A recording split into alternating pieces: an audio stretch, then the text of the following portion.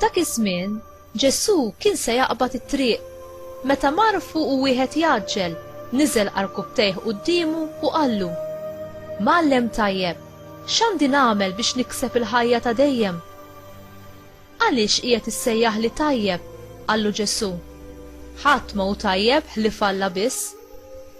Inti l-kmandamenti tafhom: la toqtolx, la tiżnix, la tisraqx, la tixidx fil-fals, la tiħux bil-qerq dak li hu ta' ħaddieħor, weġġaħ lil missiera kull ommok.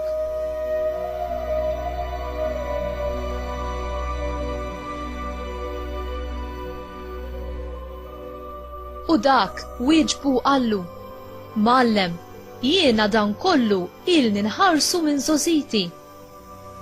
Imbagħad Ġesu xeħed fuqu ħarsa ta' mħabba u qallu: ħaġa waħda tonqsok, mur bih li għandek, għatih lil-fqar u jkollok teżor fis-sema. Imbagħad ejja u imxi warajja. Imma l dan il-kliem ir-raġel qarras wiċċu u telaq b'qalbu sewda għaliex kellu bosta ġid.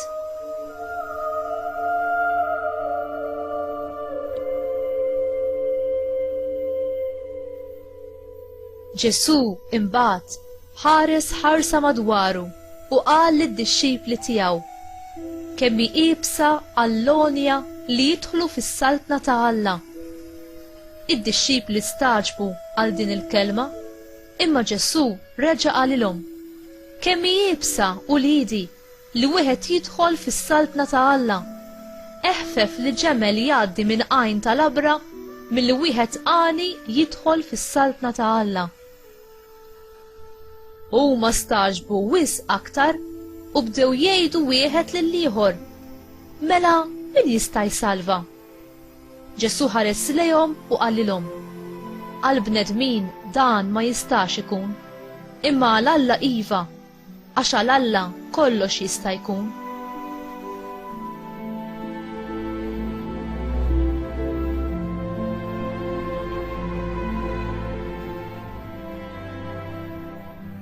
Qabes Pietru u qallu: tajjeb, aħna ħallejna kollox u ġejna warajk. Qallu Ġesu: tassew ngħidilkom li fost dawk kollha li minħabba fija u l-Evanġelju iħallu lil djarhom jew lil ħuthom jew lil ommhom jew lil missierhom jew lil uliedhom jew lil ieqi tagħhom, ma hemm ħadd fosthom li minn issa f'din id-dinja stess ma jirċevix għal mid-darba iktar djar, aħwa, subin u bniet, ommijiet, ulied u eliqi, flimkien ma' persekuzzjonijiet u l-ħajja ta' dejjem fi żmien li ġej.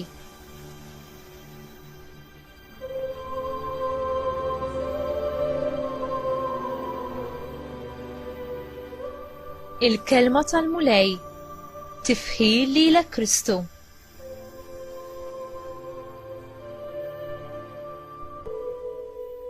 X'jagħti it-tama u s-sodisfazzjon li x-xewqa tagħna għal kuntentizza u s-sigurtà.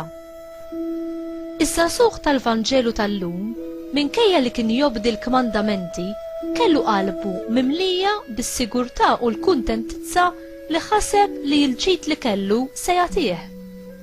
Minkejja dan, interessanti li wieħed jinnota li wara li Ġesu urih x'kellu f'qalbu, issa żugħ telaq minn ħdejn Ġesu imdejjaq minflok ferħan. Għaliex? X'rid ifisser Ġesu meta qallu ikollok teżor fis-sema? X'tip ta' teżor kellu dan il-ġuvni?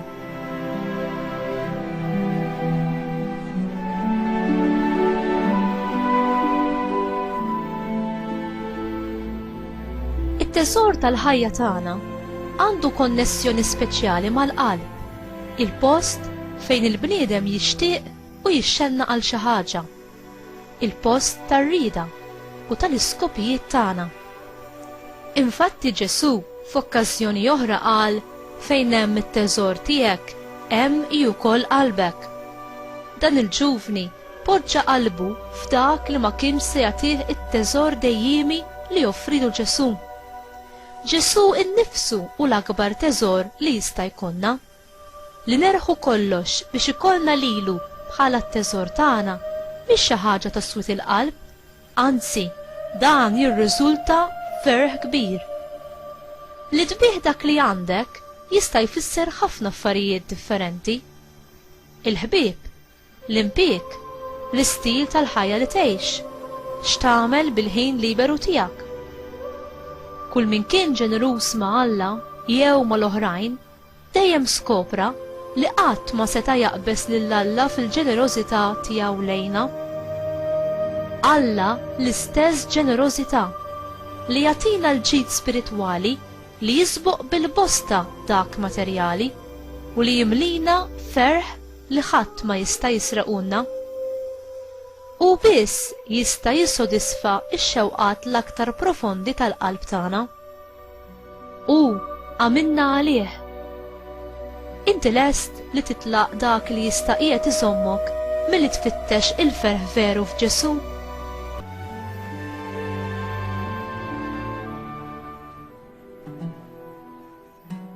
Ġesu kien propju kontra li jkollok il-ġid materjali?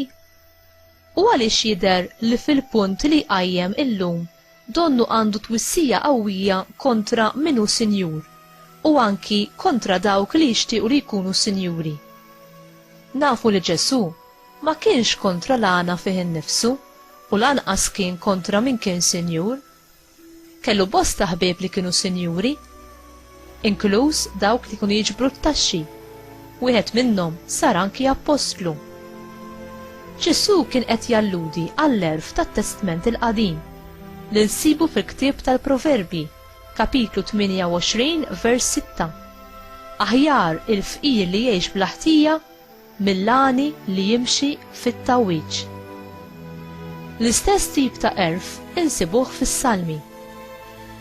Ġesu jidher li qed jgħid li hu kważi impossibbli għas-sinjuri li jgħixu bħala ċittadini tas-saltna ta' Alla. Il-ġemel kien ikkonsidrat bħala l-akbar annimal fil-Palestina.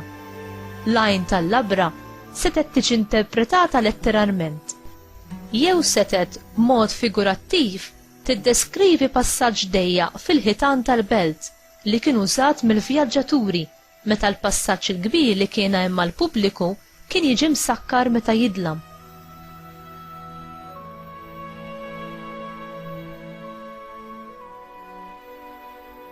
Għaliex Ġesu rid jagħmel tant enfasi fuq il-periklu ta' min jgħix fil-għana. Dan il-ġid jista' jagħmilna niddependu fuqu mod żbaljat. Il-għana jista' wkoll iwassalna għal xewqat ħsiena u egoistiċi. Ġesu fuq dan il-punt jagħtina il-parabola tal-għani u ħutu li kienu sinjuri, Lazzru għax ma qdiex lil Alla u għax kien xħieħ u ma qasamx ġidu mal-fqir Lazzru spiċċa fl-infern. Din insibuha fl-Evanġelju ta' San Luqa, kapitlu 16, vers 19. Ġesu joffrilna teżor li ma jista' jiġi ikkumparat mal-ebda ħaġa ta' din id-dinja u li l-flus ma jistgħu jixtru u lanqas il-ħallelin ma jistgħu jisirqu. Qalbna mistiedna tintrabat ma' dan l-aqwa teżor. Il-ġid materjali jista' jxekkilna f'din id-dinja, diment li ma npoġġux l-assa fuq qlubna u norbtu qalbna biss mat-teżor veru li hu Alla u s-saltna tiegħu. U int, fejn qed tpoġġi t-teżor tiegħek? Fejn tinsab qalbek?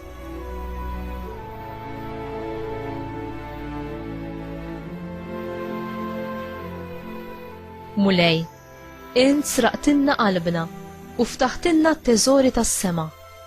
Kun int biss mulej it-teżor u l-għaxqa tiegħi u tħalli xejn xi jsomni milli natik kollox, kull ma għandi u kull ma jien, kif fuq kollox għamilt int stess miegħi li sirt fqir għalija biex jien insin sinjur bil-għana tiegħek. Amen.